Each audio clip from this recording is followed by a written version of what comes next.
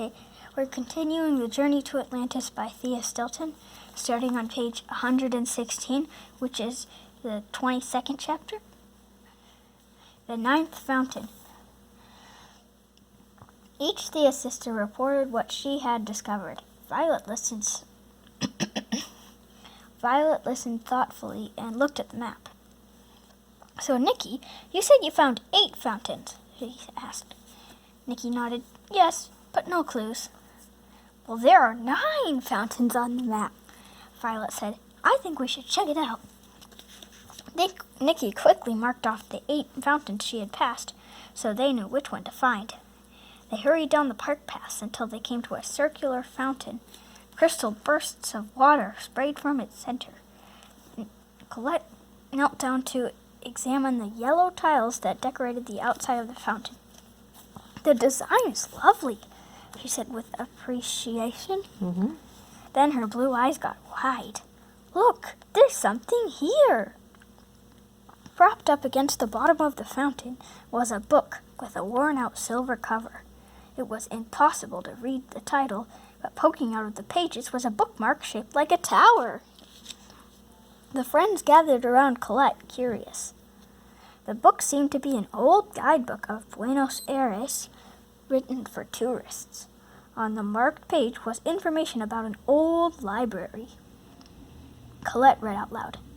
"The Library of Lost Worlds can be found at Calle del Sol, number 7.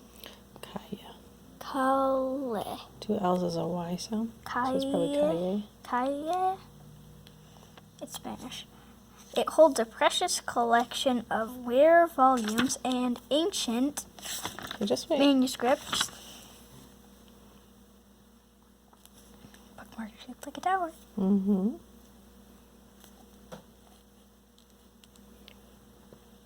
Okay, I'll do a zoomed out shot here. Let's see. There's the boy. The boy with the blue skin. Yeah. Okay, let's see. The library is closed to the public and visits are allowed only for research or investigations. Investigations? I would say that's exactly what we're doing, Violet mused with a grin. Next spot, Calle del Sol. Kaya. Calle del Sol, Pam exclaimed. Sol means sun, I think. Yeah.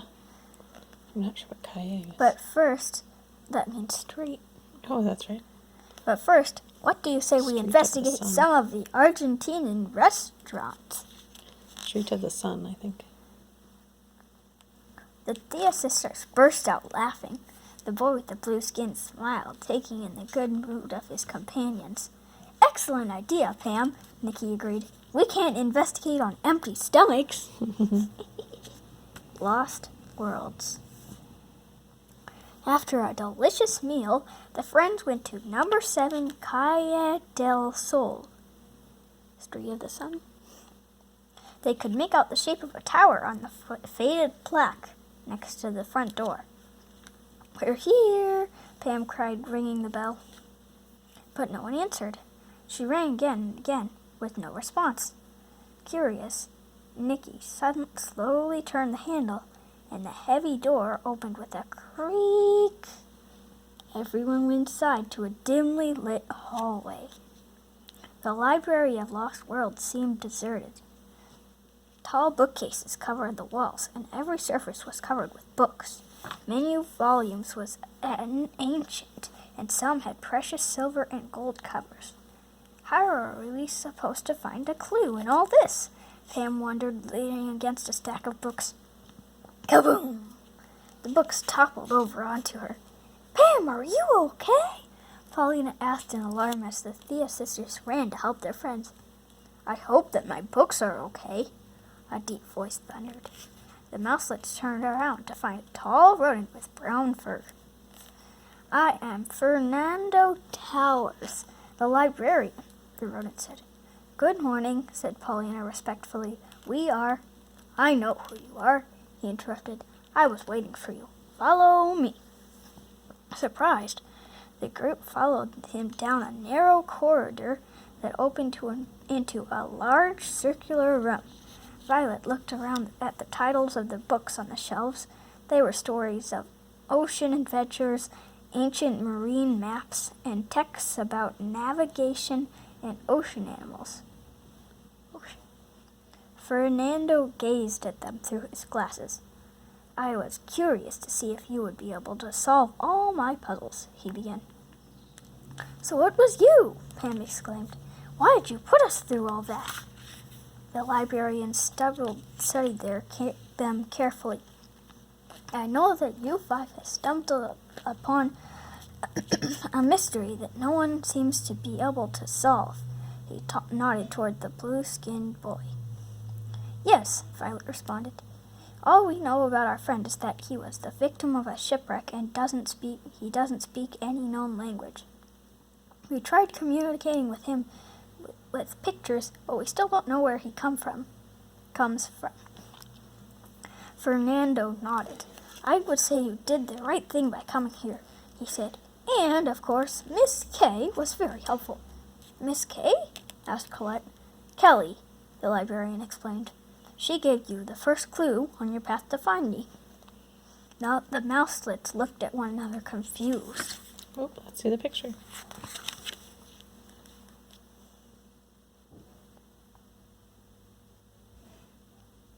Okay. Perhaps I should explain. I am part of a secret group of experts who dedicate themselves to the study of mysterious cases, he said, showing them a silver-trimmed card with a tower on it. Institute of Incredible Stories. The Institute of Incredible Stories? Where is that? Nikki asked. Fernando spun the globe on the table and pointed to the southernmost continent. The IIS is located in the most unexplored part of Earth, Antarctica. He's replied, Our scientists work their day and night to analyze cases that don't seem to have any answers. Texts and codes that no rodent is able to decipher. Evidence of imaginary places or mysterious creatures. Why have we never heard of it? Asked Paulina. We treat each case with the utmost secrecy, Fernando explained. He paused, and his voice grew serious. Some of the things we discover are too sensitive to be divulged to the world. Sure. That is why it was so difficult to find me. I need to know that whoever is contacting me is worthy of my trust.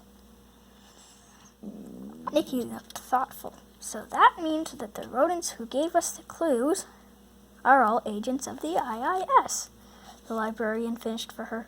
They told me that you are united by a strong and selfless friendship, and you have proven that you sincerely want to help this stranger you have found. He handed Paulina a card in the shape of a tower. Take this pass to the IIS. It is valid for only one rodent. Tomorrow morning, one of you will meet me here at 7:30 to travel on to Antarctica. You must decide who will go. Good luck!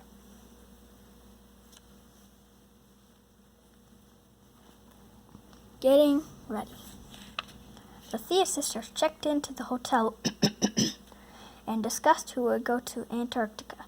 It's too bad that we can't send him, Colette said, pointing to the blue-skinned boy. Even though he's the center of this mystery, he wouldn't be able to communicate. I nominate Paulina, said Nikki. She was the one who found him on the beach at Whale Island. The others immediately agreed, but Paulina was hesitant. Are you sure? She asked nervously. We've always done everything together. Mr. Towers was very clear, Violet reminded her. This pass is good for just one rodent. You must go and tell them the story of our friend. It's our best bet. It might be useful to bring along his medallion, Colette suggested. I don't know if he would ever part with it, Nikki pointed out. Paulina opened her sketchbook. Well, we can at least let him know what's happening. She began to draw a picture of herself saying goodbye to everyone and boarding a plane. He gently tapped her paw and stopped her before she could finish. Then he took the medallion from his neck and gave it to her, smiling. The Thea sisters were stunned. "He understood!" exclaimed Colette. She turned to him. "Do you understand us?" The boy nodded, smiling. After all that time together, he had begun to understand a bit of their language. Then he shocked them even more. He turned to Paulina in a melodious voice. Melodious. He whispered, "Paulina." The mouselets gasped with surprise. You can talk to us!" Paulina cried happily. They asked him to say more, but all he could manage was the name of his new friend. Even so, it was a good start. Okay, bye, Benjamin.